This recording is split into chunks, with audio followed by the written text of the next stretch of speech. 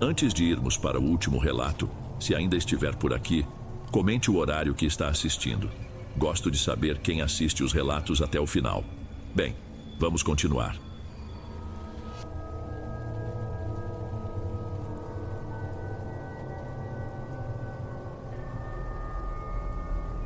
Ei pessoal, obrigado por ouvirem. Clique no sininho de notificações para ser alertado de todas as futuras narrações. Lanço vídeos novos todos os dias por aqui. Espero te ver nos próximos. Agora na tela vou deixar outros 2 bons vídeos que sei que irão gostar. Te vejo por lá.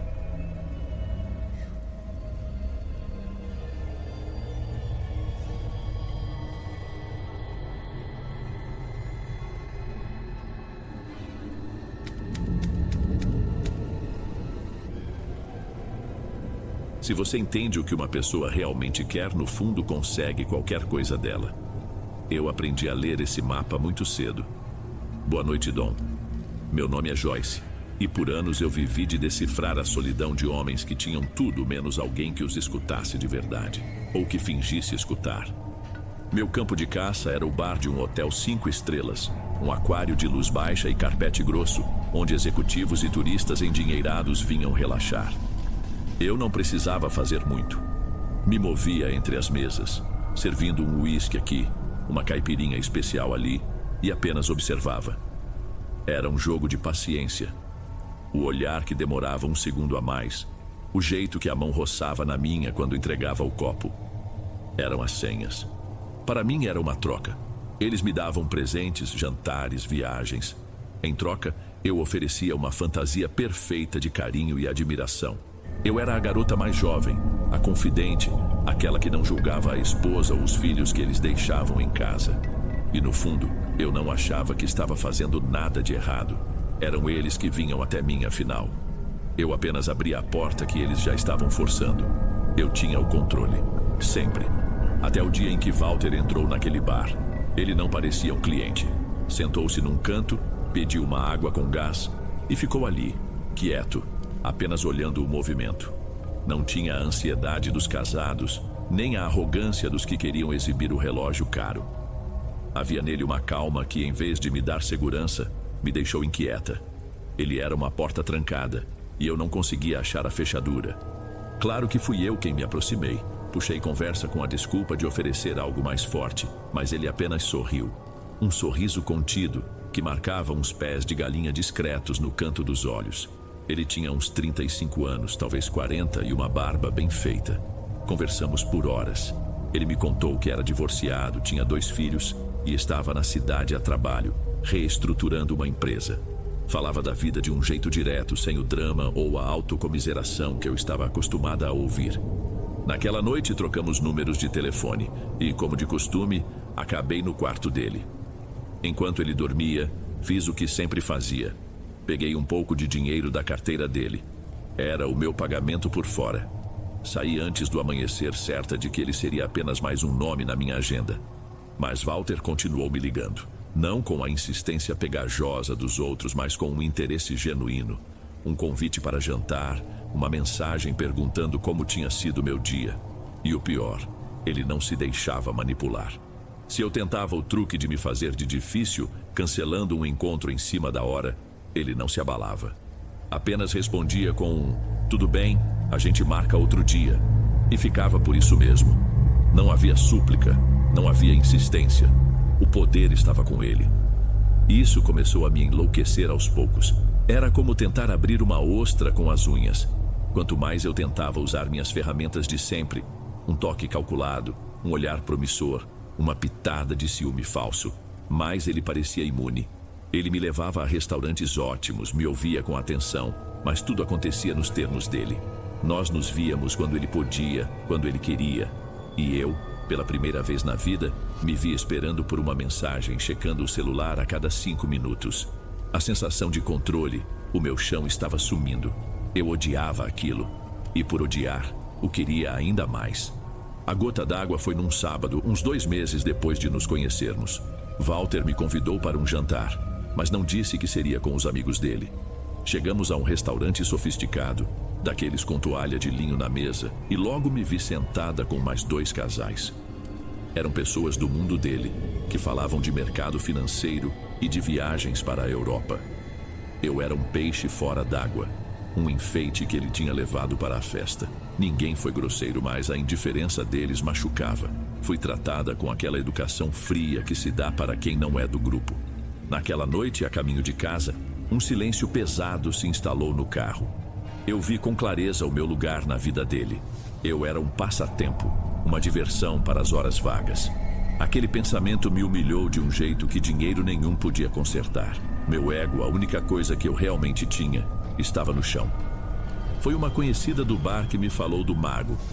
Um homem discreto que atendia num apartamento no centro velho da cidade e que, segundo ela, resolvia coisas. Descreveu-o como alguém sério, não um charlatão. Na terça-feira seguinte eu estava lá. O prédio era antigo, com um elevador de porta sanfonada que rangia durante a subida. O apartamento dele cheirava a incenso e a ervas secas. Era abarrotado de livros velhos e imagens de santos misturadas com símbolos que eu nunca tinha visto. Ele era um homem mais velho, de olhar cansado, e me ouviu sem fazer perguntas. Expliquei o que eu queria: que Walter não conseguisse me tirar da cabeça, que sentisse a minha falta. Eu queria de volta o poder que ele tinha me tirado. O mago assentiu devagar. O que você quer é simples, ele disse com uma voz rouca, mas tudo o que se amarra deixa um nó. Ele me deu um saquinho de tecido preto contendo um pó que parecia cinza e um frasco minúsculo com um líquido escuro e oleoso. As instruções eram claras. O pó deveria ser passado discretamente na nuca dele enquanto dormisse. O líquido misturado a uma bebida qualquer. E o mais importante, depois de fazer tudo, eu deveria sumir por alguns dias. Deixar o trabalho dele agir no silêncio, na ausência. Paguei o que ele pediu, uma grana bem alta, e saí de lá com o coração batendo de um jeito estranho, uma mistura de medo e expectativa. Fiz exatamente como o mago mandou.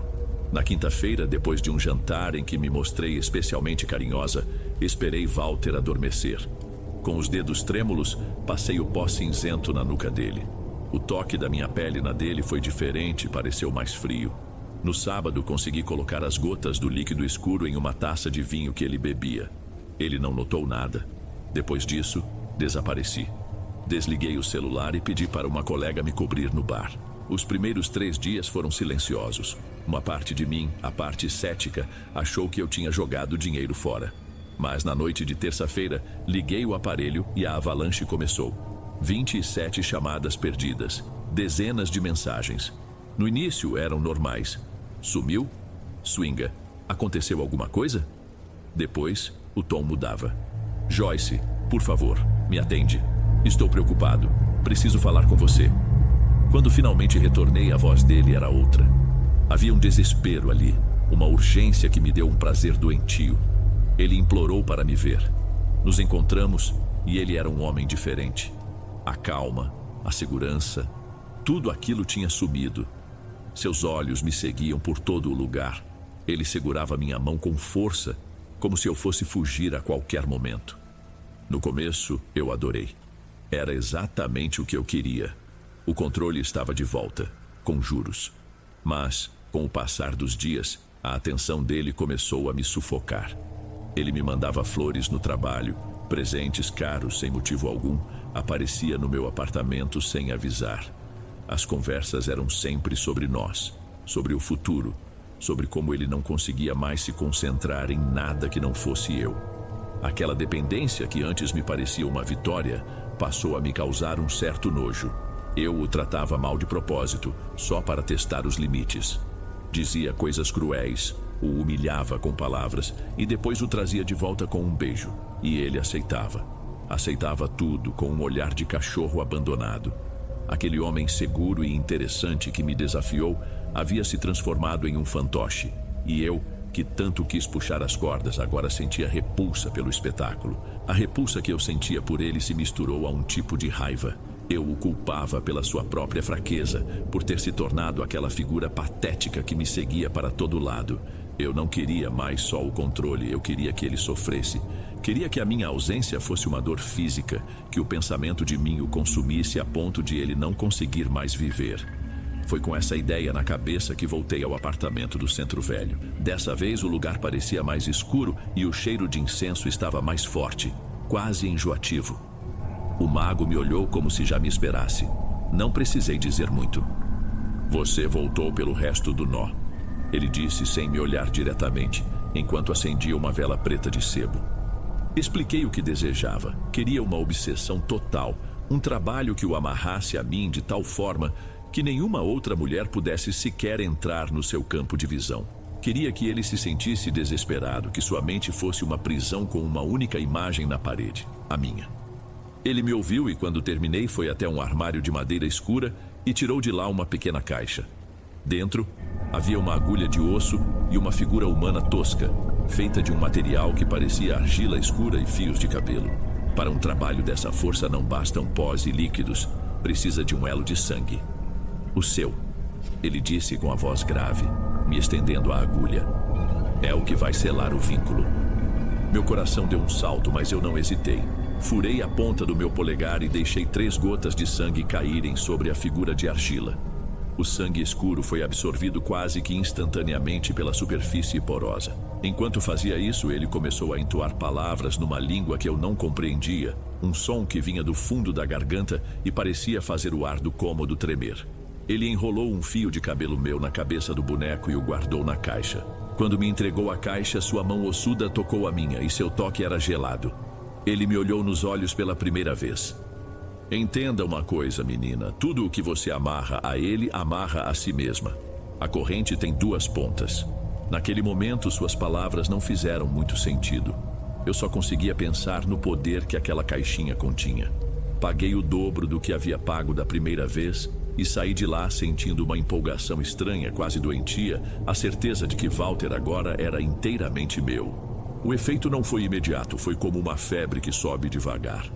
Nas primeiras semanas, a obsessão dele se tornou mais sombria. Ele começou a ter pesadelos e acordava no meio da noite suando, dizendo que tinha sonhado que eu o abandonava. Às vezes, no meio de uma conversa, ele parava e ficava olhando para um ponto fixo no canto da sala. Quando eu perguntava o que era, ele balançava a cabeça e dizia: "Você não ouviu? Uma mulher chorando." Não havia mulher nenhuma, claro. Eu dizia que era coisa da cabeça dele, mas ele insistia, com os olhos arregalados de um jeito que me dava um arrepio. Ele começou a emagrecer. O rosto ficou encovado, com olheiras escuras e permanentes. A empresa onde ele trabalhava lhe deu uma licença. Diziam que era estresse, esgotamento, mas eu sabia que não era. A culpa, um sentimento que eu mal conhecia, começou a aparecer. Eu me via passando noites no apartamento dele, cuidando da sua febre, trocando os panos úmidos na sua testa. Ele me pedia para não deixá-lo sozinho, chorando como uma criança, e eu ficava, não por amor, mas por um medo crescente do que eu tinha feito. O lugar começou a ficar estranho. Eu ouvia passos no corredor quando ele estava dormindo. Coisas caíam da prateleira na cozinha sem explicação. E o cheiro? Um odor denso, uma mistura de umidade com algo metálico, que parecia impregnado nos móveis. Numa madrugada, fui até o banheiro e, ao passar pelo corredor escuro, senti um sopro gelado na minha nuca. Virei rápido, mas não havia nada. Meu corpo inteiro travou. Voltei para o quarto e o encontrei sentado na cama, de costas para mim, conversando com o vazio. Eram sussurros. Ele dizia: eu sei que errei. Eu não devia ter deixado. Swingendo frases que ele já tinha me contado sobre seu divórcio. Era como se a maldição estivesse usando as fraquezas dele, as próprias memórias, para torturá-lo. O pior foi numa tarde. Ele estava no quarto, dormindo, finalmente, depois de um dia de febre alta. Fui até a cozinha preparar um chá e, de onde eu estava, conseguia ver a porta do quarto dele entreaberta. E foi quando eu a vi. Ao lado da cama dele, parada, havia uma figura. Era alta, muito mais alta que uma pessoa, e magra a ponto de os ossos parecerem repuxar a pele escura. Seu pescoço era comprido demais e se curvava para a frente, como se estivesse inspecionando o rosto de Walter de muito perto. Não se mexia, apenas estava ali. O ar da cozinha ficou pesado, difícil de respirar. Fiquei completamente imóvel, com a chaleira na mão, sentindo o meu rosto gelar. Aquilo não era uma sombra. Tinha peso, tinha presença. Era a coisa que eu tinha convidado para entrar. Depois daquela visão, eu mal conseguia ficar no apartamento. A empresa de Walter, vendo que ele não melhorava, conseguiu contato com a ex-esposa. Em questão de horas, a família dele assumiu o controle. Fui posta de lado de forma educada, mas firme. Observei de longe enquanto o levavam numa maca. Ele estava pálido, com os olhos fundos e mal abertos, e não me viu parada no canto da sala. Quando a porta se fechou, um silêncio esmagador tomou conta do lugar. Meu primeiro impulso foi ligar para o mago. Minha voz tremia de raiva e pânico. Eu o acusei, disse que o trabalho dele estava matando Walter, que eu tinha visto algo no quarto. Do outro lado da linha, a voz dele era calma, quase entediada. Não seja tola, menina. O que eu fiz foi um trabalho de amarração, não de morte. Ele disse com frieza. Esse homem já devia ter os demônios dele. Eu apenas dei um nome para um deles. Não me procure mais. Ele desligou na minha cara. Fiquei ali com o telefone mudo na mão, sentindo um desamparo completo. Mas eu não podia aceitar aquilo. Precisava de outra resposta. Voltei a procurar a conhecida que me indicou o mago, mas ela se recusou a falar comigo, apavorada. Passei dias buscando uma solução, até que ouvi um boato sobre um homem, um tal de zelador. Diziam que ele era especialista em limpar o que os outros sujavam. Ele me atendeu em uma casa simples num bairro residencial afastado. Não havia incenso nem velas, apenas um cheiro forte de café passado na hora. Ele era um senhor de cabelos brancos e mãos calejadas, que me ouviu contar toda a história do início ao fim sem me interromper. Quando terminei, ele suspirou, um suspiro longo e pesado. Minha filha, você não amarrou um homem, ele disse, me olhando com uma tristeza que doeu mais que qualquer acusação. Você abriu uma porta. E o que você chamou para dentro é uma coisa faminta, que fareja a arrogância de quem tenta controlar outra pessoa. Essas entidades, elas não matam de uma vez. Elas apodrecem a pessoa por dentro. Primeiro, se alimentam da mente, da esperança, das memórias. Depois, quando a alma já está fraca, começam a comer o corpo. Cada palavra dele era um prego no meu caixão. O choro da mulher, os sussurros, a figura ao lado da cama. Tudo se encaixou. E o que eu faço? Perguntei com a voz embargada. Tem como reverter? Ele balançou a cabeça lentamente. Não há mais o que reverter para ele. O estrago está feito. A única pergunta agora é se a porta que você abriu vai se fechar. Ou se a criatura, sem ter mais o que comer ali, vai atrás de quem serviu o jantar. Saí da casa dele sentindo o peso do mundo nas costas. 3 dias depois, uma amiga em comum me ligou para dar a notícia. Walter havia falecido no hospital. A causa oficial foi uma infecção generalizada que os médicos não conseguiram explicar. Mas eu sabia a verdade. E a última frase do zelador martelava na minha cabeça. Não como um aviso, mas como uma certeza. As noites depois da morte do Walter se tornaram meu inferno particular. Eu sonhava com ele, mas não com o homem que eu destruí.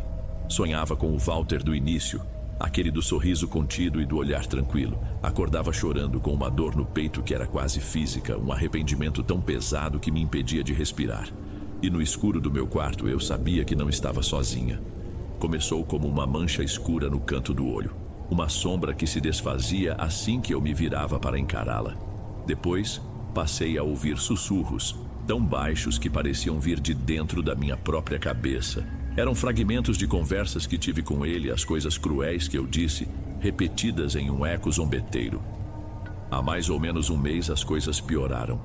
Comecei a sentir um formigamento constante nas mãos e nos pés, uma agitação sob a pele que não me deixa parar quieta. E o calor, um calor insuportável que parece sair de dentro dos meus ossos, me fazendo suar frio mesmo nos dias mais amenos. É o mesmo calor que Walter descrevia.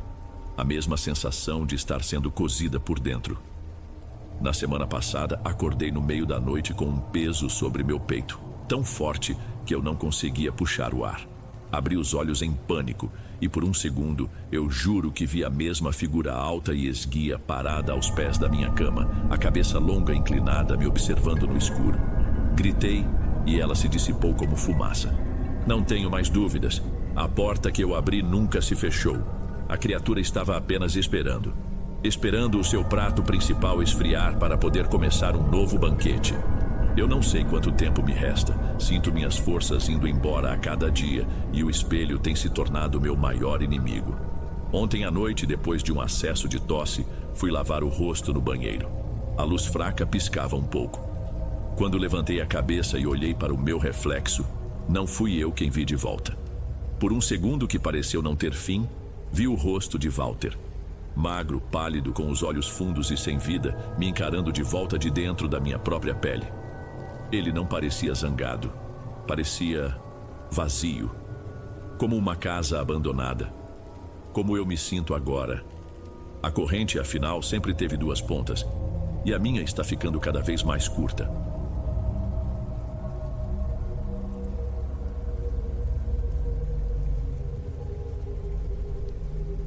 Antes de irmos para o próximo relato, se você é novo por aqui, não se esqueça de se inscrever no canal e ativar o sininho para receber as próximas histórias. Sua presença é importante e seu apoio é essencial. Bem, vamos continuar.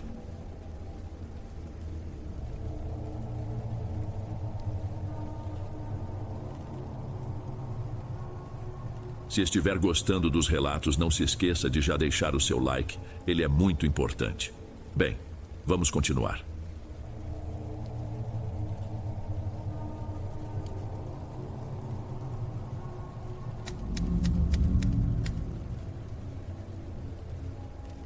Meu nome é Alisson, e até uns 8 meses atrás eu trabalhava como manobrista e faz tudo em uma funerária de bairro.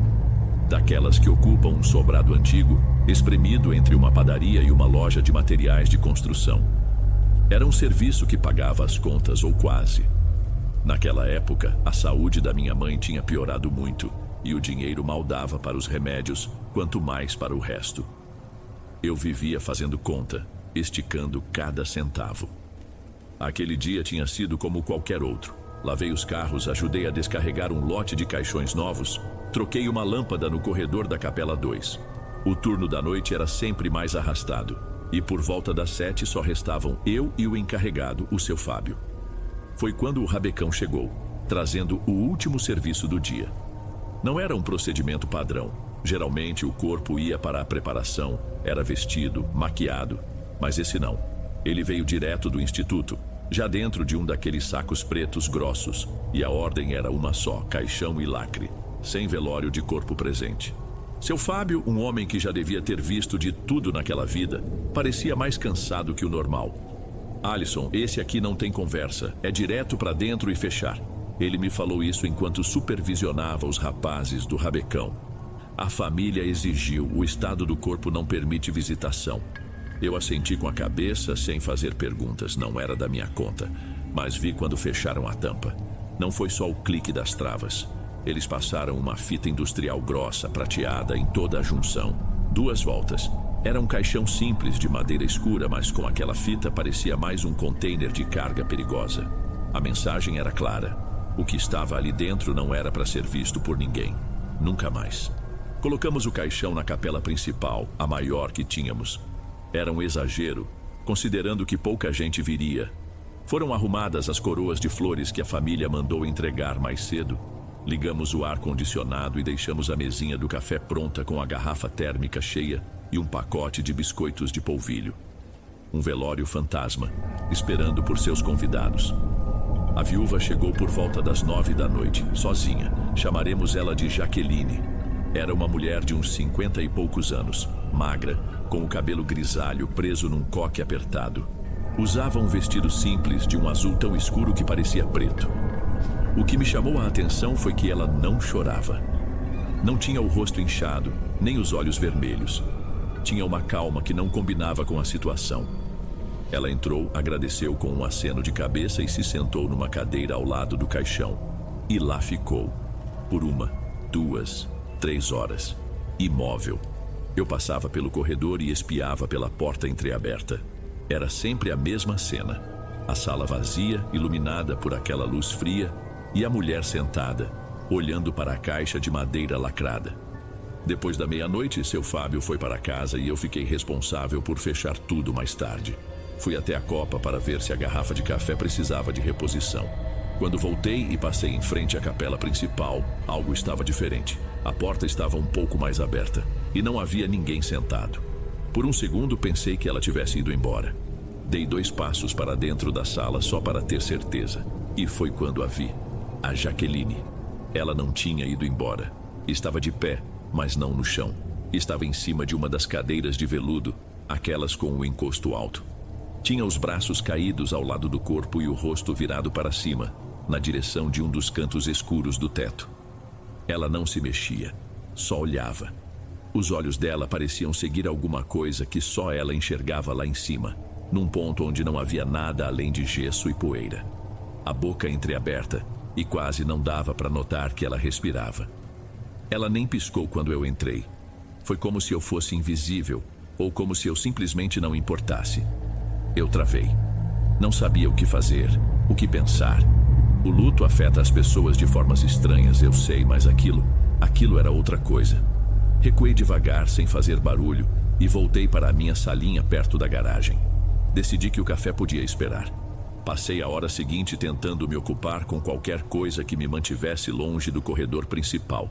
Limpei ferramentas na garagem, organizei umas prateleiras que não precisavam de organização.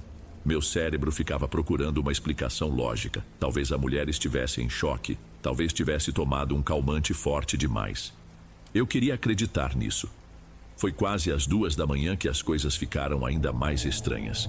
Eu ouvi o som de um carro parando na rua, um barulho de portas se abrindo e fechando, mas de forma abafada, cuidadosa. Fui até a recepção, que tem uma janela grande de vidro, e olhei lá para fora. Era um carro antigo, um sedã escuro, grande. Dele saíram 5 pessoas. Meu primeiro pensamento foi de alívio. A família chegou, eu concluí. Mas aí eu observei melhor. Eram 3 homens e 2 mulheres, todos com uma aparência parecida. Não de rosto, mas de jeito. Roupas escuras, simples, quase idênticas. Andavam muito juntos, os ombros quase se tocando, e em silêncio. Ninguém falava, ninguém olhava para o lado. Moviam-se como um bloco. Eles não pareciam parentes vindo consolar uma viúva. Não havia neles o peso do luto. Havia uma espécie de concentração, de propósito. Entraram na funerária sem nem olhar na minha direção. Passaram direto pela recepção e foram como se já conhecessem o caminho para a capela principal. A curiosidade foi mais forte que o meu bom senso. Fui atrás, mantendo uma distância segura, e parei no corredor, onde a porta da capela me dava uma visão parcial lá de dentro. Eles não foram abraçar a viúva, não foram olhar o caixão.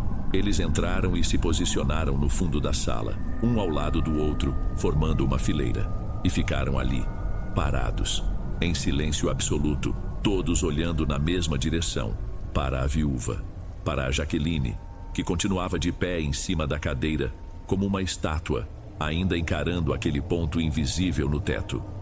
A chegada deles não mudou nada e ao mesmo tempo mudou tudo. Agora não era mais uma mulher sozinha tendo um surto de dor.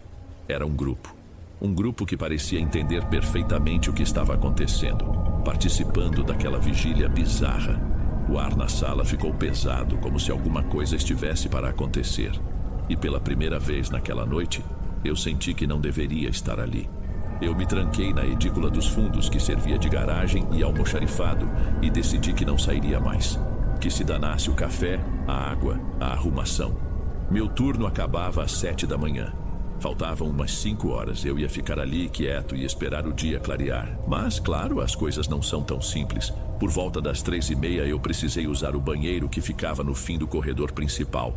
Não tinha outro jeito. Respirei fundo e saí, andando rápido, olhando para os meus pés, tentando não fazer barulho e principalmente não olhar para a porta da capela. Só que algo estava errado. O corredor, que deveria estar sob a luz indireta que vazava da capela, estava um breu quase total. Eu estranhei. A única luz vinha de uma pequena lâmpada de emergência, bem fraca, lá perto da saída. A capela estava totalmente às escuras. Meu primeiro pensamento foi que a energia tinha caído, talvez um disjuntor. Isso acontecia às vezes. Fui até a parede ao lado da porta da capela, onde ficava o painel de interruptores. Minha obrigação era manter a luz acesa. Era o protocolo. Sem nem pensar direito, eu apertei o interruptor principal. Uma fileira de lâmpadas fluorescentes no teto piscou 1, 2 vezes e acendeu, enchendo a sala com aquela luz branca de hospital. E a cena que a luz revelou me fez sentir um troço ruim na boca do estômago. Estavam todos lá, exatamente nas mesmas posições. A Jaqueline sobre a cadeira, o grupo no canto, imóveis, como manequins de loja. Só que com o acender das luzes, todos eles ao mesmo tempo viraram a cabeça na minha direção. Não de forma rápida, assustada. Foi um movimento lento, sincronizado, e os olhos de todos eles se fixaram em mim. Um dos homens, o mais alto e magro do grupo, deu um passo à frente. A voz dele saiu sem nenhuma emoção, um som baixo e seco que quebrou o silêncio. Desligue. Eu fiquei sem reação. Minha mão ainda estava no interruptor. Eu abri a boca para tentar explicar, para falar do protocolo, mas não saiu nada. Por respeito, ele disse de novo, a voz um pouco mais firme: apague a luz. Atrás dele, uma das mulheres repetiu a última palavra quase como um eco: apague. Eu não pensei duas vezes. Não sei que tipo de respeito era aquele, mas eu não ia ficar ali para descobrir. Apertei o interruptor com a mão trêmula, deixando a sala no escuro de novo. Não esperei para ver mais nada. Dei as costas e praticamente corri para o banheiro, e de lá voltei voando para a segurança da minha garagem. Daquela sala, eu só queria distância. O relógio na parede da garagem parecia ter parado. Cada minuto se arrastava. Eu estava sentado numa cadeira de plástico com a porta de metal fechada, apenas ouvindo os sons da madrugada lá fora. Grilos, o motor de um carro passando longe. E o silêncio que vinha da sede da funerária. Um silêncio que parecia ter peso. Eram umas 4 da manhã, talvez um pouco mais, quando ouvi passos do lado de fora. Leves, lentos, vindo pelo cimento do estacionamento e parando bem em frente à porta da garagem. Meu corpo enrijeceu. Fiquei em silêncio, prendendo a respiração. Então, ouvi 3 batidas suaves na porta de metal. Eu não respondi. Quem poderia ser? A porta tinha uma janelinha de vidro aramado, e por ela eu vi uma silhueta. Era uma mulher. Era a Jaqueline. Abri a porta só uma fresta. Ela estava ali, parada, com o mesmo rosto sereno de antes, como se nada de estranho estivesse acontecendo na capela. Moço, ela falou, a voz baixa, quase um sussurro. Preciso de uma ajuda. É coisa rápida, e eu sei ser grata. Meu primeiro instinto foi negar, inventar uma desculpa, dizer que não podia sair dali. Mas aí ela levantou a mão, e nela havia um bolo de notas de 100, preso por um elástico. Eu não precisei contar.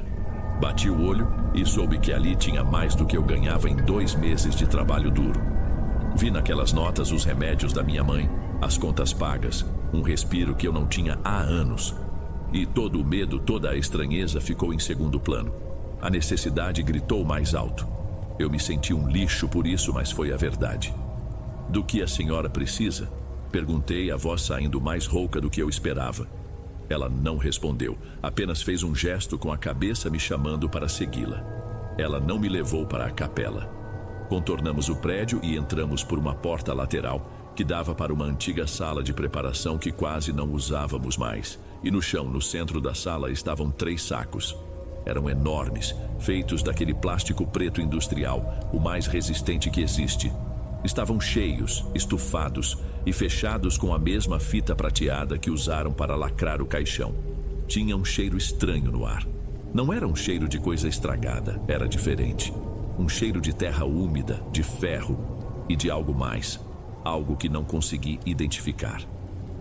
É só colocar na minha caminhonete, ela disse, apontando para os sacos. Eu peguei o primeiro e quase não aguentei. Pesava um absurdo. Precisei de toda a minha força para arrastá-lo até a porta. E o peso lá dentro se movia de um jeito estranho, como se não fosse sólido. Mas não foi o peso que me marcou. Foi o calor. Através das minhas luvas de trabalho, eu senti um calor forte vindo de dentro do saco. Não era um calor de algo que ficou no sol ou perto de um motor. Era um calor vivo, pulsante, um calor orgânico. Era como abraçar o corpo de um animal grande e febril. Meu estômago se revirou. Carregamos os 3, um por um, o mesmo peso absurdo, o mesmo calor inexplicável. Colocamos na caçamba de uma caminhonete velha que estava parada nos fundos. Ela me entregou o dinheiro. Minha mão suava dentro da luva quando peguei. Obrigada pela ajuda, ela disse com aquele mesmo olhar vazio. O resto a gente esquece, certo? Eu só consegui fazer que sim com a cabeça. Ela cobriu os sacos com uma lona, entrou no veículo e foi embora, sem nem acender os faróis até chegar na rua. Fiquei ali, parado no escuro, com o dinheiro na mão e uma sensação horrível de que o calor daqueles sacos tinha passado para mim. Eu não dormi. Fiquei o resto da madrugada naquela garagem com o bolo de notas no bolso da calça, sentindo o calor do dinheiro misturado ao suor frio que escorria pela minha perna. Quando o dia amanheceu e o pessoal do turno da manhã começou a chegar, eu saí, tentei agir normalmente, respondi com um boa noite a quem me dava bom dia.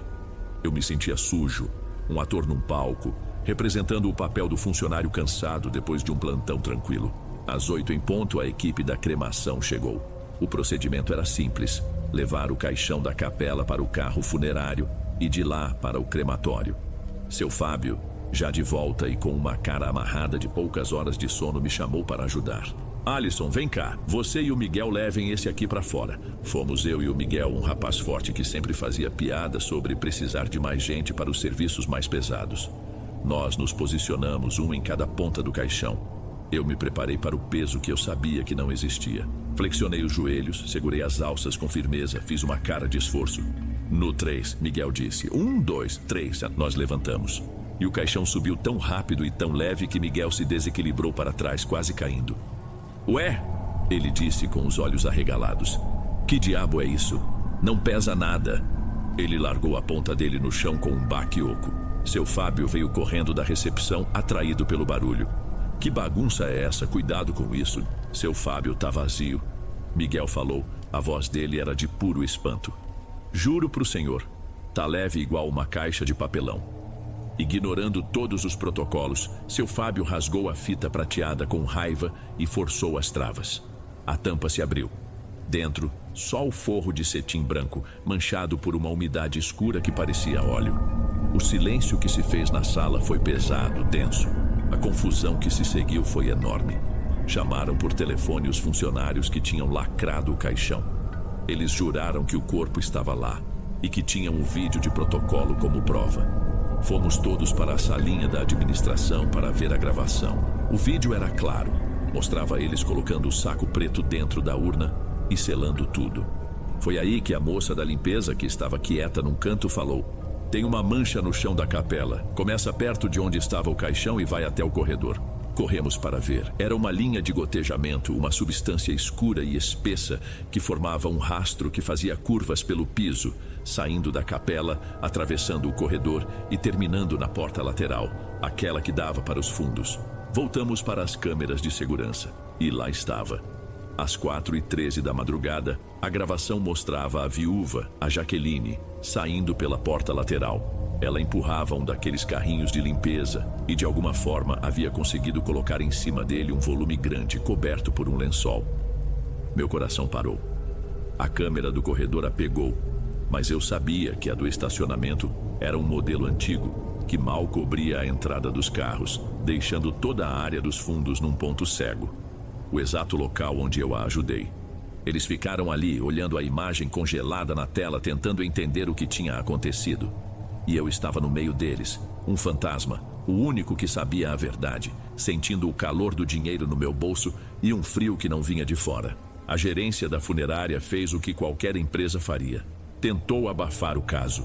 A prioridade era evitar um escândalo. Um corpo some de dentro de um caixão lacrado sob a sua guarda?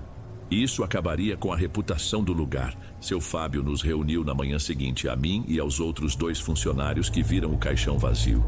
A cara dele era de quem não tinha dormido nada. Ele contou que ligou para o número de contato da viúva e que a própria Jaqueline atendeu. Ela ouviu tudo o que ele tinha a dizer em silêncio. Não pareceu surpresa, nem assustada.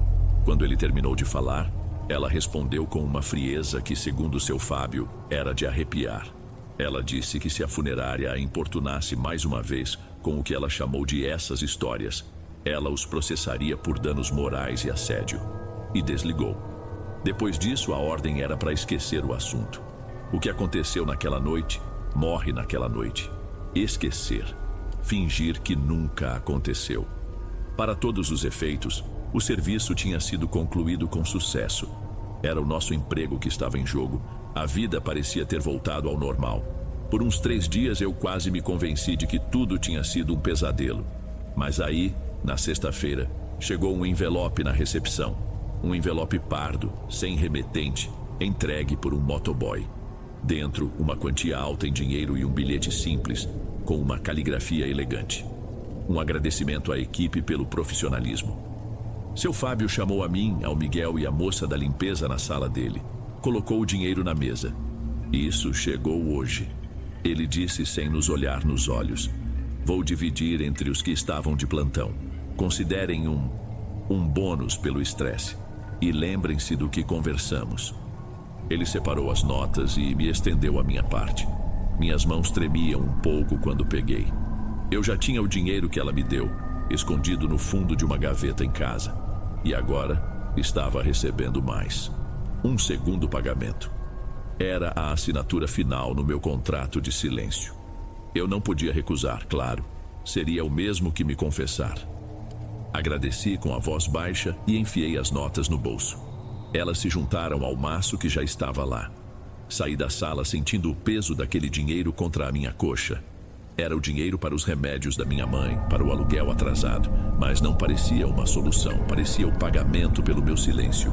E eu já sabia, bem lá no fundo, que tinha sido um preço barato demais. Eu não aguentei ficar naquele emprego. Pedi as contas 2 semanas depois. Inventei uma desculpa qualquer. Disse que tinha encontrado coisa melhor. Era mentira. Fiquei um tempo desempregado, mas era melhor do que passar todo santo dia pelo corredor daquela capela, lembrando daquela noite.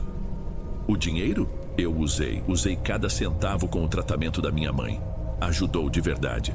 Mas toda vez que eu ia na farmácia comprar uma caixa de remédio, eu sentia o dinheiro esquentar na minha mão. Parecia que ele queimava, que carregava um eco daquele calor dos sacos. Não houve alívio, não houve paz. Foi só uma troca. Eu vendi meu sono por alguns meses de contas pagas. Já se passou quase 1 ano. Eu nunca mais ouvi falar da Jaqueline ou de qualquer daquelas pessoas. A funerária continua lá, no mesmo lugar. Às vezes, quando passo de ônibus na rua de cima, eu olho e vejo as luzes acesas e me pergunto quantas histórias estranhas já aconteceram ali dentro. A minha foi só mais uma, eu acho. Uma que nunca foi registrada, que nunca virou um boletim de ocorrência. O problema é que a história não acabou para mim. Ela vive aqui, dentro da minha cabeça. E o que é pior, ela vive no meu corpo. Às vezes acontece. Eu pego uma xícara de café quente ou tiro uma roupa da secadora e o calor na ponta dos meus dedos me joga de volta para aquela madrugada. O peso fantasma dos sacos nos meus braços. O cheiro de terra e metal. Toda noite, quando me deito, eu me pergunto o que eu ajudei a carregar. O que era aquilo tão pesado e tão vivo? Eu sei que fiz uma escolha. Eu poderia ter dito não, ter batido a porta na cara dela e ficado com a minha consciência limpa e meus bolsos vazios. Mas eu não fiz, e agora eu vivo com isso. Não sei o que era mais assustador, a viúva, o grupo silencioso ou o que estava dentro do caixão. Mas, para ser sincero, o meu maior medo hoje sou eu mesmo. É saber que por um preço, meu silêncio e minha ajuda podem ser comprados. E toda vez que esse pensamento me ocorre, eu sinto as minhas mãos esquentarem. Um calor que parece vir de dentro dos ossos. Um calor que não passa.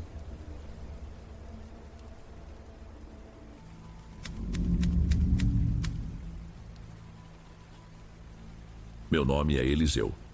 Na época, eu precisava de um respiro. E meus amigos também.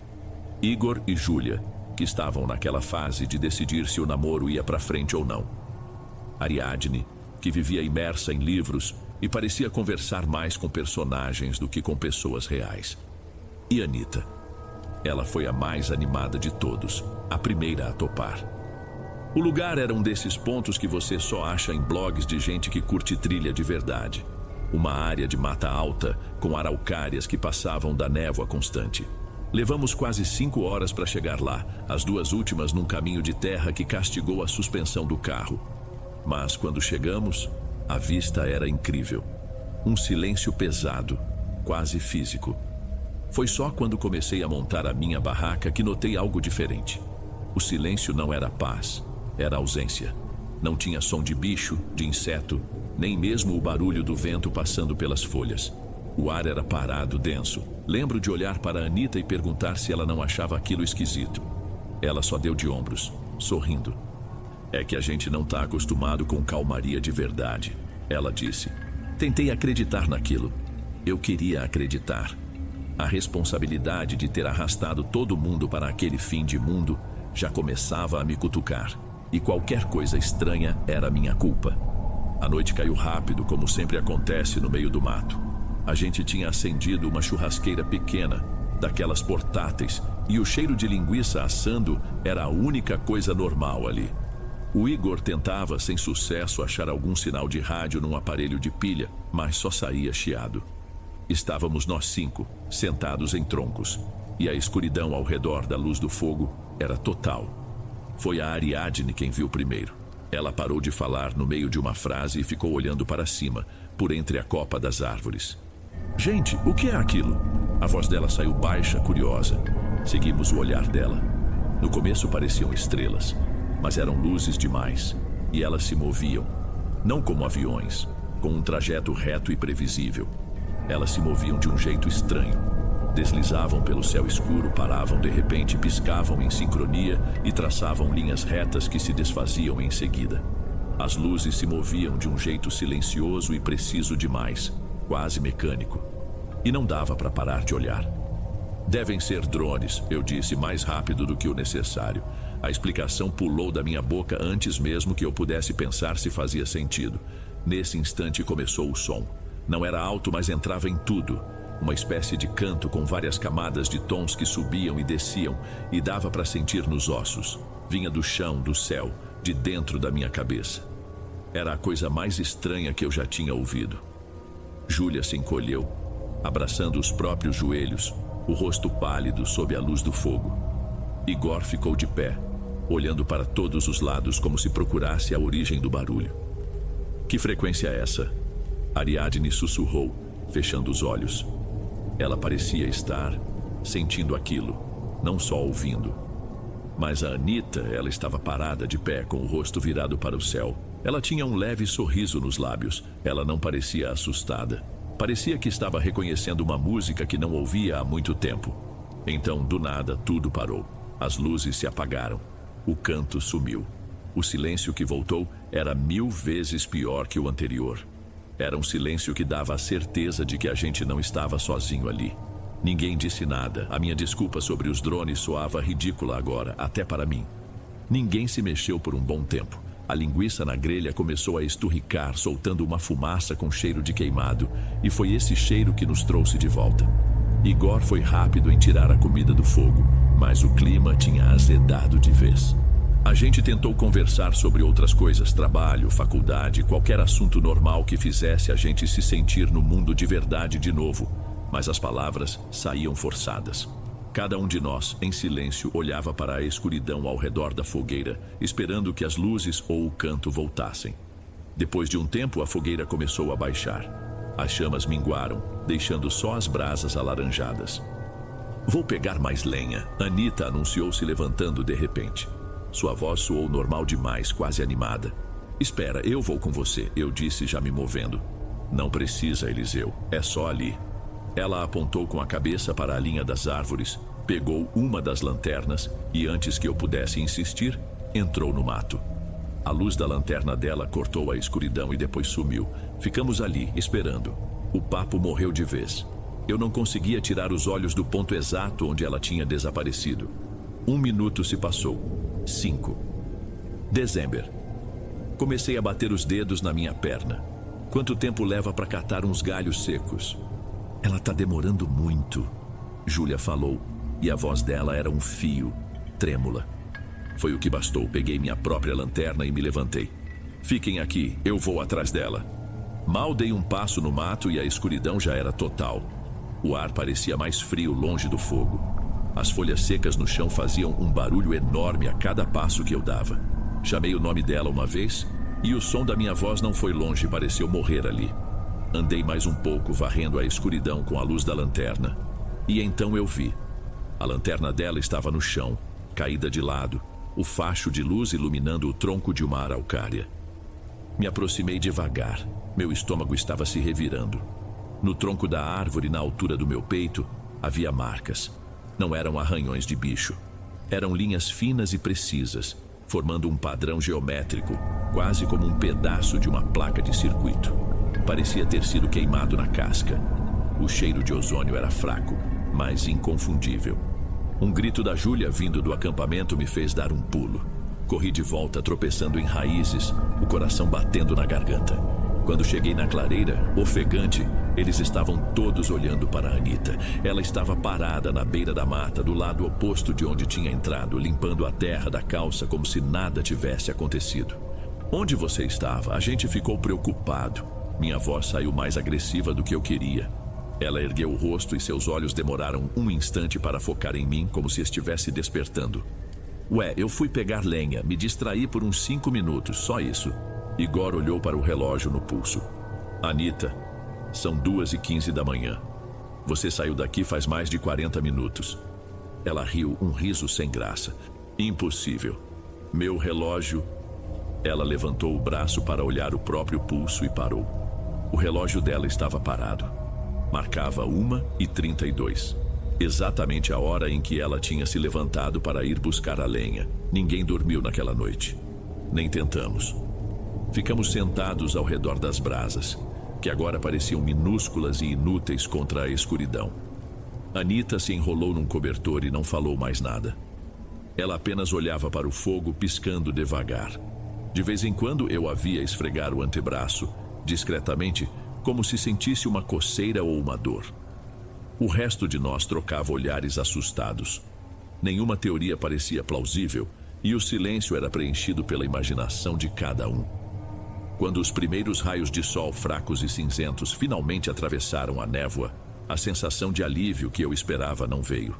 O lugar parecia ainda mais estranho à luz do dia.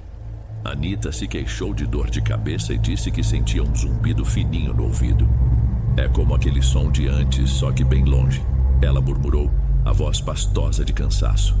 Foi a Júlia quem notou. Ela estava sentada ao lado da Anita, oferecendo um pouco de café, quando seu olhar se fixou no braço da amiga. Anita, o que é isso no seu braço? Você se queimou? Anita puxou a manga da blusa num reflexo de esconder, mas Júlia se inclinou e com delicadeza segurou seu pulso, levantando a manga da blusa. E nós todos vimos. Na pele do antebraço dela, avermelhado e levemente inchado, estava o mesmo padrão geométrico que eu tinha visto gravado no tronco da árvore. As mesmas linhas, os mesmos ângulos impossíveis. Não era um arranhão, nem uma queimadura comum. Parecia ter sido impresso na pele dela de dentro para fora. Um som engasgado saiu da garganta do Igor. Ariadne se aproximou, os olhos arregalados. Não era medo o que eu via neles, mas um espanto estranho, quase um reconhecimento. Eles marcaram você, ela sussurrou e sua voz não tinha pânico, apenas como quem fala uma coisa óbvia. Eles quem? Do que você está falando? Igor praticamente gritou, se afastando como se a Anita fosse contagiosa. A gente tem que dar o fora daqui, agora. Eu não sei como isso apareceu, disse Anita, a voz um sussurro. Ela olhava para a própria pele com uma expressão de estranhamento, como se pertencesse a outra pessoa. Não dói, só pulsa. Eu queria dizer alguma coisa, qualquer coisa. Tinha que ser o racional, o cara que organizou tudo e que tinha um plano. Calma, gente, deve ser uma reação alérgica a alguma planta, sei lá. A gente vai embora, passa num hospital no caminho. As palavras saíam da minha boca, mas soavam como a maior mentira do mundo. Eu tinha visto a marca na árvore. Aquilo não era uma alergia. Pela primeira vez, eu senti um medo de verdade. Um medo que me travou. A nossa viagem de fim de semana tinha se transformado em outra coisa. E a Anita, nossa amiga, estava no centro de tudo, mudando diante dos nossos olhos. A discussão não levou a lugar nenhum. A única coisa em que todos concordamos, mesmo que por motivos diferentes, era que precisávamos desmontar o acampamento.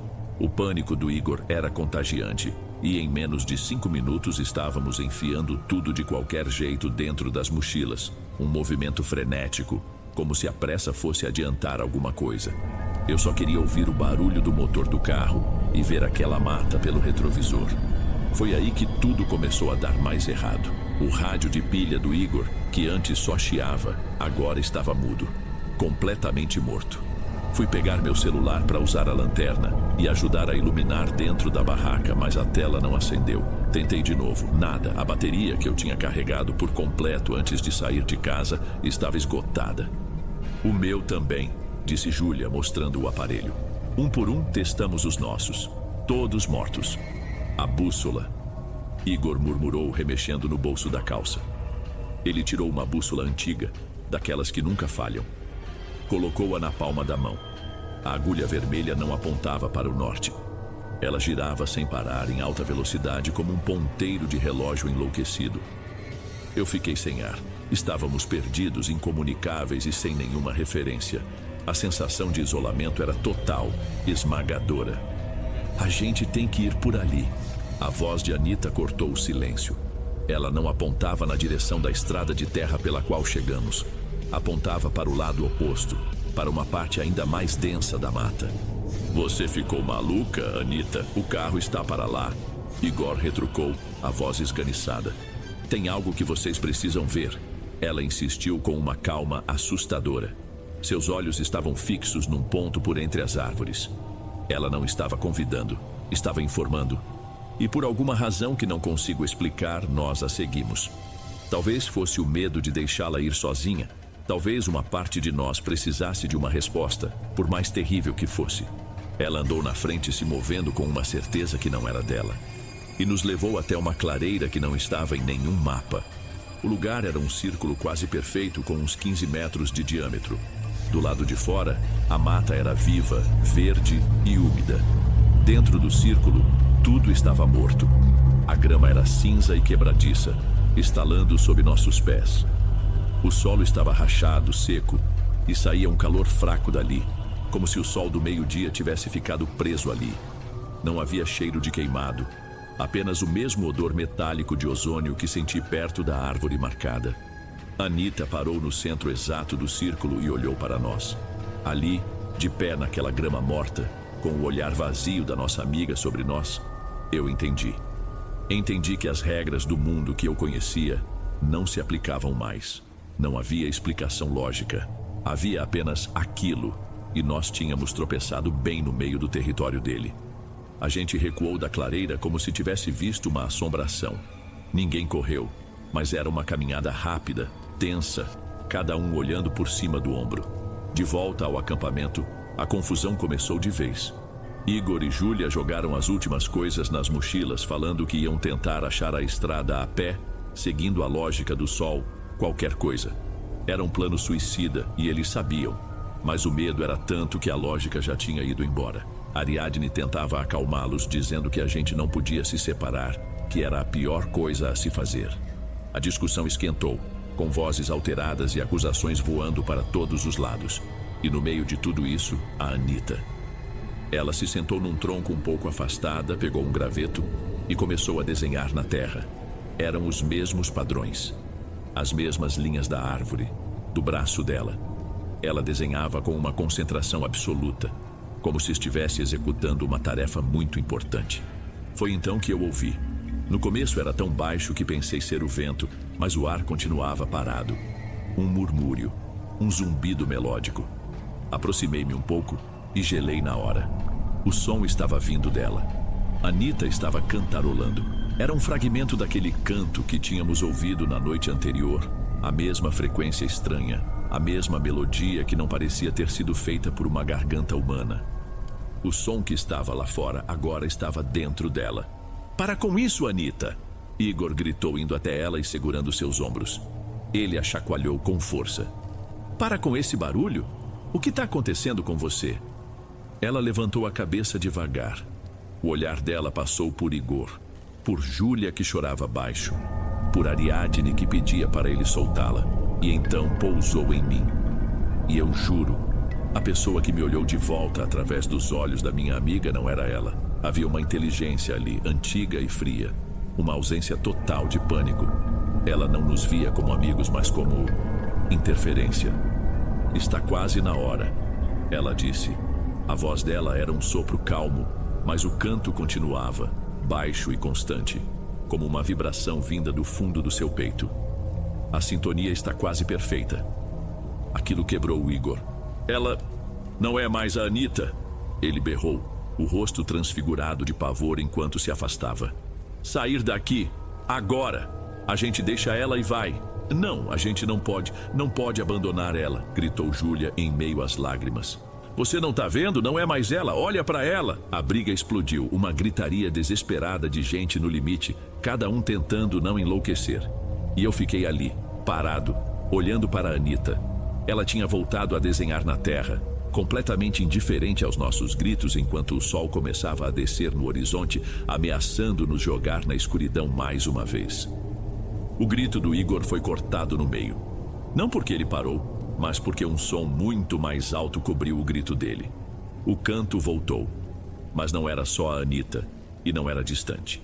Era o bosque inteiro que cantava. A vibração vinha das árvores, do solo, do ar, e entrava pelos ouvidos, pelo peito, fazendo os dentes doerem. Era como estar dentro de um sino gigantesco que acabara de ser golpeado. A nossa briga ridícula morreu. O medo que nos dividia se tornou o pânico que nos uniu. Só havia um pensamento, uma única ideia em todas as nossas cabeças: o carro. Corremos. Não foi uma fuga organizada, foi um tropel de gente apavorada na luz fraca do crepúsculo. Deixamos barracas, comida, tudo para trás. Eu só agarrei minha mochila no caminho. O som nos perseguia cada vez mais alto, mais complexo, como se 1000 vozes estivessem se sobrepondo naquela melodia que não era desse mundo. Chegamos ao carro ofegantes. Igor destravou as portas e nós nos jogamos para dentro, uns por cima dos outros. Ele se atirou no banco do motorista, eu pulei no do carona. Ariadne, Júlia e Anita se espremeram no banco de trás. Por um segundo, dentro daquele espaço fechado com as portas batendo, senti uma pontada de esperança. Igor girou a chave na ignição. O motor emitiu um estalo metálico seco e então silenciou. Vamos, porra, liga! Ele praguejou tentando de novo. As luzes do painel piscaram uma vez, fracas, e se apagaram por completo. O carro estava tão morto quanto a clareira. Estávamos presos numa caixa de metal. Foi quando as luzes voltaram, não no céu. Estavam entre as árvores. Pulsavam devagar. Uma luz branca e fria que não projetava sombras. E elas se moviam, deslizando pela mata. E dentro delas, ou por trás delas, havia formas. Não dava para ver direito. Eram altas, finas, e se moviam de um jeito que não parecia natural. Pareciam mais uma distorção no ar, como a fumaça quente que sobe do asfalto, mas com um contorno vagamente humano. Júlia começou a soluçar no banco de trás, um som baixo e desesperado. Igor batia com os punhos no volante, impotente. Eu estava grudado no para-brisa, incapaz de desviar o olhar.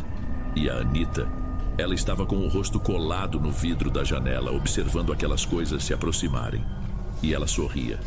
O mesmo sorriso leve, fascinado, da noite anterior. As luzes e as silhuetas não vieram na nossa direção. Elas passaram ao lado do carro, nos ignorando completamente, e seguiram em direção a uma parte do terreno que terminava num pequeno barranco, a uns 50 metros de onde estávamos. O canto atingiu uma intensidade que era quase física. O carro inteiro vibrava, e no meio daquele caos, ouvi o estalo da trava da porta traseira. Anita tinha aberto. Não! Eu gritei, me virando para tentar segurá-la. Mas era tarde. Ela saiu do carro e começou a andar com passos calmos e firmes, na direção das luzes, na direção do barranco. Ela não olhou para trás. Nós gritamos o nome dela, batemos no vidro, mas ela não ouviu ou não se importou. Sua silhueta pequena foi caminhando, se afastando de nós, em direção àquela luz impossível. Eu saí do carro, não sei porquê. Igor gritava para eu voltar, mas eu não conseguia ficar ali dentro, assistindo por um pedaço de vidro. Pisei do lado de fora, e o som me atingiu com a força de um soco. Era uma dor física que fazia o ar vibrar nos meus pulmões. Fiquei ali, paralisado, a alguns metros do carro, vendo a Anita chegar na beira do barranco. As silhuetas se fecharam ao redor dela, não como se fossem tocá-la, mas como se eles estivessem sendo atraídos por ela. Ela parou, de costas para nós, e olhou para o abismo escuro à sua frente. E então, ela ergueu os braços como se fosse receber um abraço. Naquele instante, uma luz ofuscante explodiu. Não veio do céu, nem das árvores. Veio dela. A luz irrompeu do peito da Anita, branca e pura, e por um milésimo de segundo, tudo ficou branco. Tive que cobrir os olhos. O canto atingiu uma nota final tão aguda e alta que parecia que ia rasgar o mundo. E então, silêncio. Quando consegui abrir os olhos de novo, pisquei várias vezes para a visão se ajustar. A luz tinha sumido. As silhuetas tinham desaparecido. O barranco estava vazio. A Anita, ela tinha se desfeito. Não foi levada. Ela se tornou a luz, e a luz se foi. Restou apenas a noite, a névoa e um silêncio tão profundo que doía.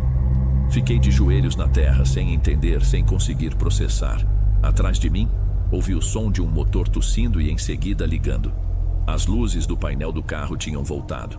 Igor não me chamou. Ele só buzinou uma vez. Um som seco, desesperado. Voltei para o carro e bati a porta. Ninguém disse uma palavra. Igor engatou a ré, manobrou o carro de qualquer jeito e acelerou por aquela estrada de terra como um louco. Ninguém olhou para trás. A viagem de volta foi em silêncio absoluto, cada um de nós preso com seus próprios pensamentos. Na cidade, demos queixa do desaparecimento dela. Contamos uma história patética sobre ela ter se afastado do acampamento durante a noite e se perdido. As buscas oficiais duraram 2 semanas e não encontraram absolutamente nada. Nem um pedaço de roupa, nem uma pegada. Era como se ela nunca tivesse estado ali. Nossa amizade, claro, acabou. Como poderíamos continuar nos olhando? Cada rosto era um lembrete daquela noite, da nossa impotência, da nossa covardia. Mudei de cidade alguns meses depois. Precisava de barulho, de prédios, de gente. Precisava de qualquer coisa que preenchesse o silêncio. Eu era o cético do grupo, o cara que ria de histórias de fantasma. Hoje, eu sei que o mundo que a gente acha que conhece é muito frágil e que existem coisas do outro lado que a gente não só não entende, como não consegue nem perceber sem enlouquecer. A minha arrogância nos levou até aquele lugar e a minha ignorância me impediu de ver o que estava acontecendo com a Anita até ser tarde demais. E é essa culpa, mais do que qualquer outra coisa, que me mantém acordado, porque às vezes, na calada da noite, quando tudo se acalma, eu ainda consigo ouvir um fragmento daquele canto baixo e distante, vibrando dentro de mim.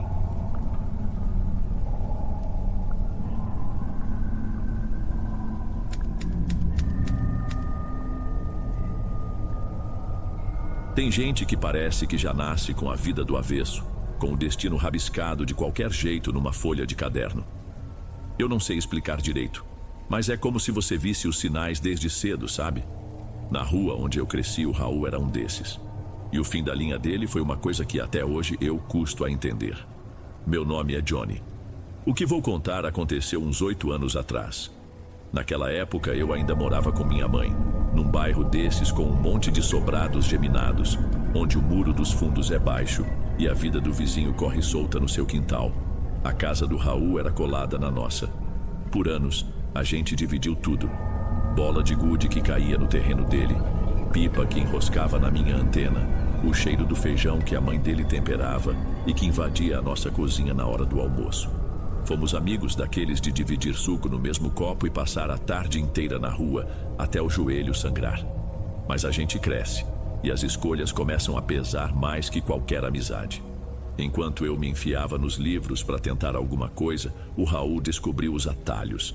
Primeiro foi o som alto, depois as motos que apareciam de madrugada, sem placa, sem farol. Logo, eram os carros com os vidros escuros parando na esquina e uns caras que falavam baixo e olhavam demais. Ele nunca mexeu comigo. Quando a gente se cruzava no portão, ele ainda dava aquele aceno com a cabeça, às vezes até um sorriso de canto, mas os olhos dele já estavam em outro lugar. Era como olhar para um estranho que tinha o rosto do meu amigo de infância. Todo mundo na rua sabia onde aquilo ia dar. Era só uma questão de tempo. A notícia não veio pelo jornal, veio pela minha mãe no telefone falando baixo na cozinha. Eu só ouvi o tom da voz dela e já soube, não precisava de detalhes. O filho da vizinha. Tinha acontecido. Um acerto de contas desses que não deixam ponta solta. A primeira coisa que ela disse depois de desligar foi que a gente precisava ir ao velório, que ia ser na casa deles. Minha vontade era dizer não.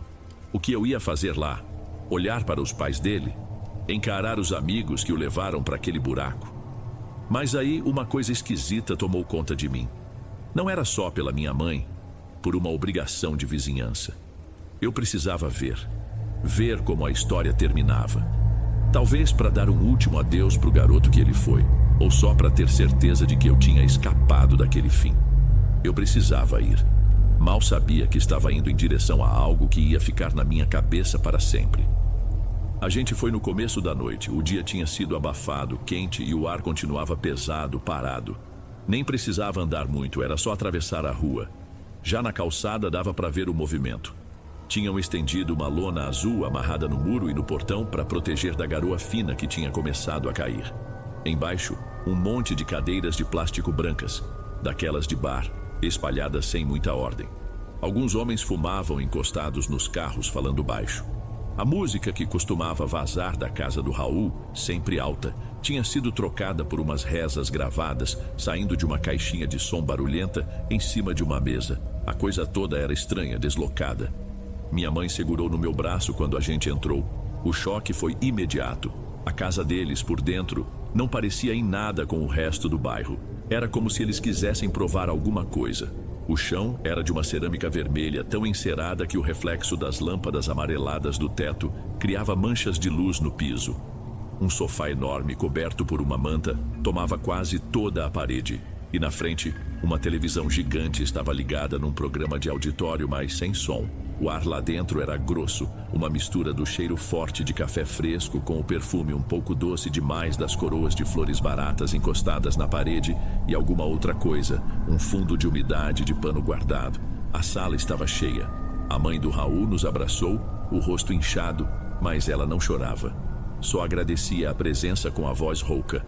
O pai dele estava sentado num canto, quieto, o olhar perdido. Vi uns caras que eu reconhecia como a turma do Raul perto da porta da cozinha. Eles não se misturavam, formavam um bloco, cochichando entre si. E tinha os vizinhos como nós, tentando parecer respeitosos, pegando um copinho de isopor com café e procurando um lugar para sentar. E bem no meio de tudo, o caixão. Estava aberto, apoiado em 2 cavaletes de metal. De longe, eu vi o Raul. Estava vestido com uma camisa social branca, o cabelo penteado. Parecia menor do que eu me lembrava. Por um instante, de onde eu estava, ele parecia só estar dormindo. Uma paz que ele nunca teve em vida. Mas era uma paz que não parecia de verdade. A calma de quem já desistiu de lutar. Minha mãe encontrou 2 cadeiras vazias perto da parede e a gente se sentou. Ela puxou 1/3 do bolso e começou a rezar baixinho. Eu fiquei só observando. O tempo se arrastava. Pessoas entravam e saíam, pegavam mais café, trocavam 2 ou 3 palavras. Aquela rotina de velório que todo mundo conhece, um teatro que todo mundo faz para não ter que pensar muito no que está rolando ali. Foi aí que eu senti, no começo era uma coisa vaga, um cheiro um pouco mais forte que parecia vir da cozinha, meio ácido, como se tivessem esquecido algum lixo orgânico na pia. Não dei muita bola.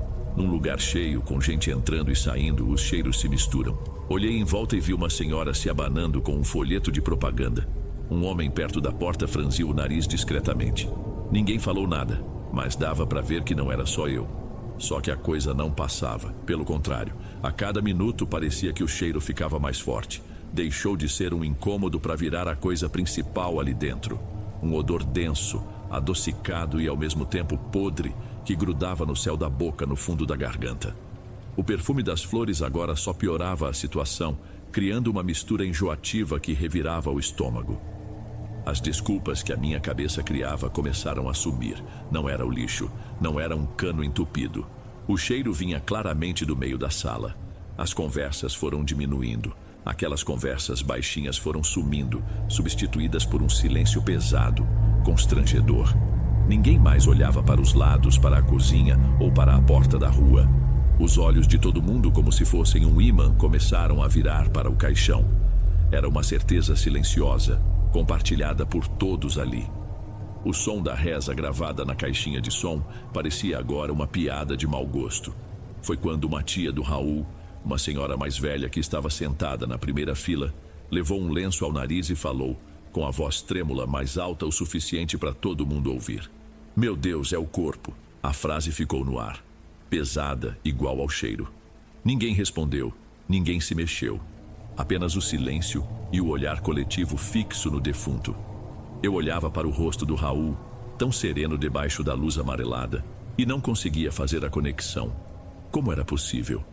Um corpo não se decompõe assim, em questão de horas. Não com aquela velocidade, não com aquela força. Aquilo não era natural. O ar ficou difícil de respirar, e não era só pelo fedor. Era o peso do impossível acontecendo bem na nossa frente. Depois daquela frase, a normalidade acabou de vez. Foi como se a senhora tivesse dado permissão para que todos encarassem o horror. As pessoas começaram a se levantar, não para ir embora, mas para chegar mais perto. Com as mãos cobrindo o nariz e a boca, formaram um semicírculo em volta do caixão. Eu também me levantei, levado por uma curiosidade doentia, aquela vontade de ver a desgraça de perto. E então nós vimos, a pele do pescoço do Raul, que antes era pálida, começou a ganhar uma mancha escura, um roxo profundo que se espalhava para a orelha, como se um hematoma estivesse crescendo em tempo real. As mãos dele, que repousavam sobre o peito, pareciam mais inchadas, os dedos mais grossos do que minutos antes. Do canto da boca dele, um líquido começou a sair. Era escuro, espesso e brilhante sob a luz. A primeira gota escorreu lenta, desenhando um caminho no rosto dele, até pingar na almofada de cetim branco. Depois, veio outra, e mais outra, formando um fio contínuo que manchava o tecido com uma cor feia, entre o verde e o marrom. O cheiro ficou tão forte que parecia uma parede impossível de ignorar.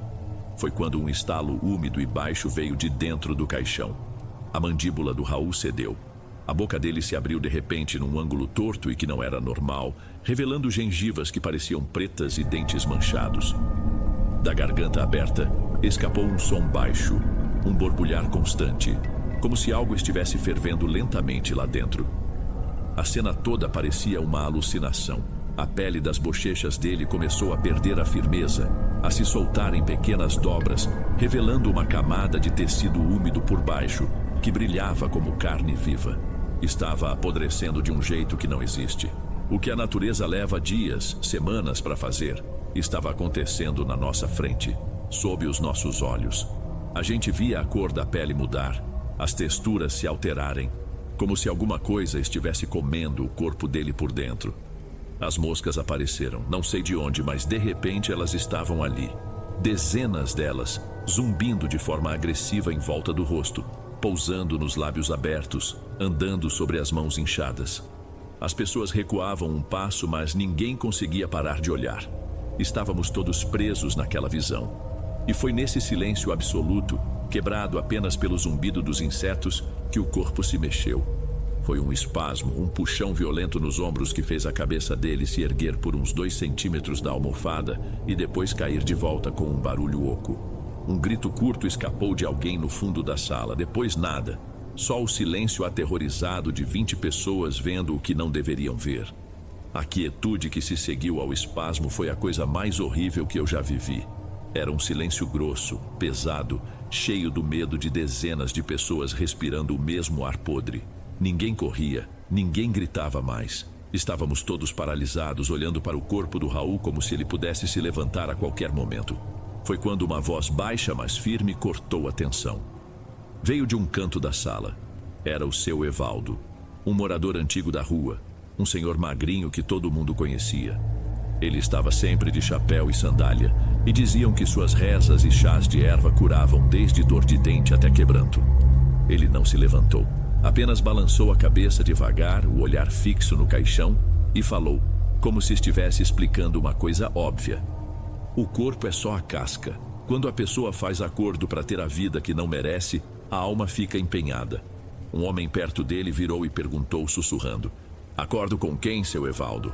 Ele deu um suspiro cansado, um som que parecia vir de muito longe.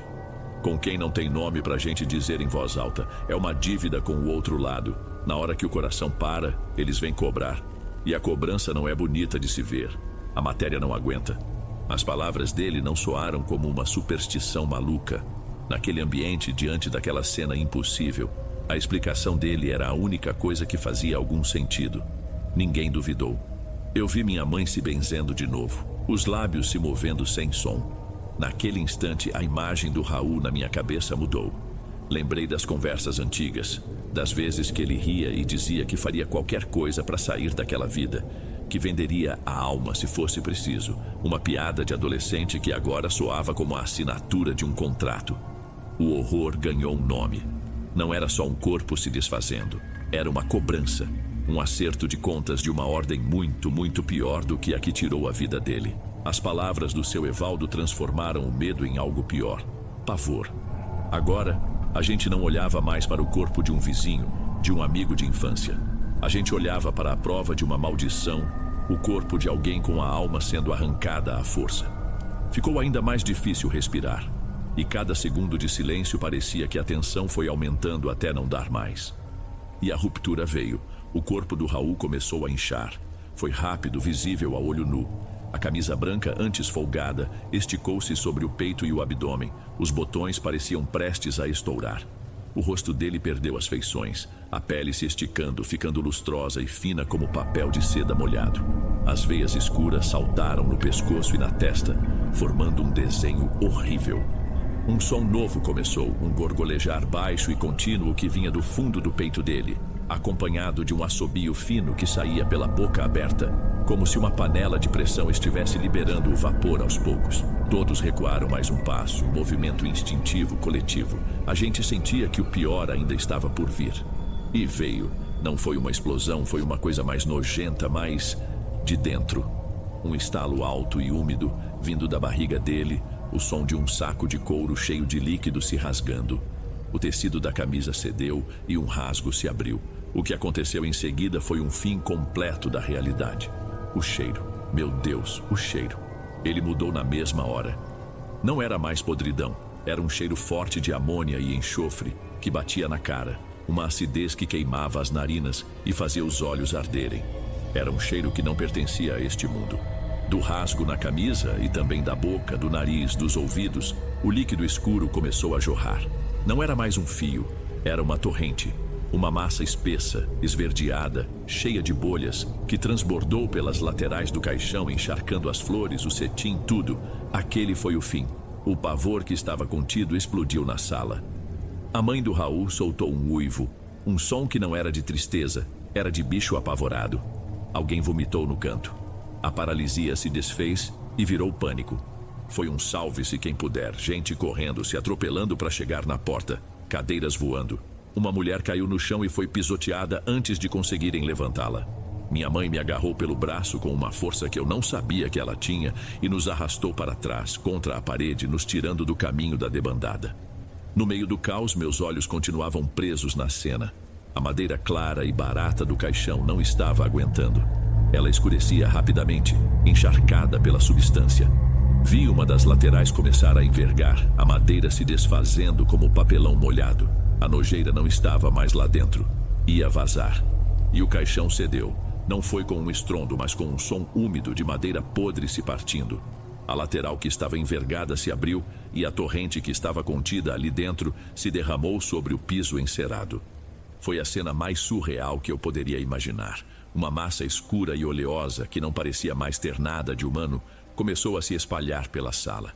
Andava devagar, mas sem parar. Um rio de podridão que borbulhava, soltando um vapor que ardia os olhos. O som era úmido e baixo, uma sucção constante, como o de um ralo tentando engolir algo espesso demais para passar.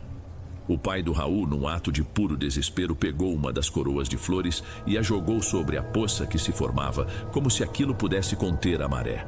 As flores afundaram naquela coisa nojenta e sumiram. O líquido podre continuou seu caminho, engolindo as pernas da mesa de centro, manchando um tapete felpudo e seguindo reto em direção à porta aberta, por onde todos tinham fugido. A correnteza nojenta atravessou a soleira da porta, desceu o único degrau e tocou a calçada. O horror agora era público. As pessoas que tinham corrido para a rua não foram embora. Estavam todas ali, paradas a uma distância segura, em silêncio, apenas olhando. Outros vizinhos, atraídos pelos gritos, saíam nos portões, nas janelas, os rostos iluminados pela luz fraca do poste. Ninguém falava nada. A rua inteira assistia, em transe, àquela cena nojenta e bizarra. A massa escura descia lentamente pela calçada, seguindo o leve declive da rua. passou por baixo das cadeiras de plástico vazias, deixou um rastro brilhante e gorduroso no asfalto e seguiu firme em direção ao meio-fio. O cheiro agora tomava conta da quadra inteira, um fedor insuportável que fazia qualquer um ter ânsia de vômito. O destino final daquele rio era o bueiro, uns 10 metros abaixo da casa. A gente acompanhou o percurso todo com os olhos, sem conseguir desviar. Quando a primeira parte da massa escura alcançou a grade de ferro, um som oco e pesado começou. O som daquela coisa sendo engolida pelo esgoto da cidade. Foi descendo aos poucos, borbulhando na entrada do cano, até que o último pedaço de matéria foi sugado para dentro. Depois, um silêncio quase total, que só era quebrado pelo choro baixo da mãe do Raul, que tinha desabado na calçada. O fluxo tinha parado, mas o rastro ficou. Uma mancha escura e úmida que parecia óleo queimado desenhava o caminho exato da sala da casa até o esgoto. O corpo do Raul tinha ido embora, ou melhor, o que tinha sobrado dele. Tinha sido mandado direto para o único lugar que parecia servir para ele, o esgoto. Ninguém dormiu naquela rua naquela noite. As luzes das casas ficaram acesas até o amanhecer, como se a escuridão tivesse se tornado perigosa demais. Minha mãe me fez entrar e trancou a porta. Nós não falamos nada. Não existiam palavras para aquilo. Ela foi para a cozinha e eu a ouvi abrir a torneira, o som da água correndo preenchendo o silêncio pesado. Não era para beber nem para lavar algo, era só um ruído para nos lembrar de que o mundo normal ainda existia do lado de dentro daquelas paredes. Nenhum de nós teve coragem de olhar para o outro. Sentei na minha cama e fiquei olhando pela janela, vendo a mancha escura no asfalto brilhar um pouco sob a luz do poste, como uma ferida aberta na nossa realidade. Nos dias seguintes, a vida tentou voltar ao normal, mas era impossível. A família do Raul não aguentou. Uma semana depois, um caminhão de mudança encostou na porta deles de madrugada, e quando o dia clareou, a casa estava vazia. Foram embora sem se despedir de ninguém. Alguns vizinhos tentaram apagar o rastro, jogaram baldes de água com sabão em pó, esfregaram com vassouras de pelo duro. A mancha clareou, perdeu o brilho gorduroso, mas não saiu. Ficou ali, uma sombra cinzenta e permanente no asfalto, a marca do que aconteceu e que todo mundo queria esquecer, mas que a rua não deixava. Para mim, a mancha de fora era o de menos. O pior era a que tinha ficado por dentro. Eu comecei a sentir o cheiro, do nada. No meio da tarde, no meu quarto, com tudo fechado. Aquele fedor químico, ácido, invadia meu nariz e meu estômago revirava. Eu sabia que não era real, que era só uma memória, mas isso tornava tudo ainda mais assustador. O horror tinha deixado um fantasma dentro de mim. Ver a marca no chão todos os dias ao sair para trabalhar se tornou uma tortura. Eu desviava o olhar, atravessava para o outro lado da rua, mas eu sempre sabia que ela estava lá. Não era só uma mancha de óleo ou sujeira, era o ponto final de um corpo, o lugar por onde uma alma foi sugada, um lembrete constante de que o chão que a gente pisa, tão sólido, tão real, pode se abrir a qualquer momento para algo terrível. Aquela noite mudou a minha percepção sobre tudo, sobre certo e errado, sobre vida e morte. Eu vi o resultado final, a quitação de uma dívida que não foi feita com agiotas ou traficantes. Foi um acerto de contas com uma coisa muito mais antiga e que não perdoa. Raul quis um atalho na vida, e o que quer que ele tenha encontrado nesse atalho veio cobrar o pagamento todo. Até hoje, 8 anos depois, quando passo por uma rua e vejo uma mancha escura no asfalto, meu corpo todo reage. Meu estômago embrulha, me falta o ar, porque eu sei o que pode estar por baixo. Eu vi um homem ser apagado do mundo, sua própria carne se tornando o esgoto que o levaria embora. Desde aquele dia, eu ando na linha. E não é por medo da cadeia ou de morrer baleado, é por medo de quem vem cobrar a conta no final.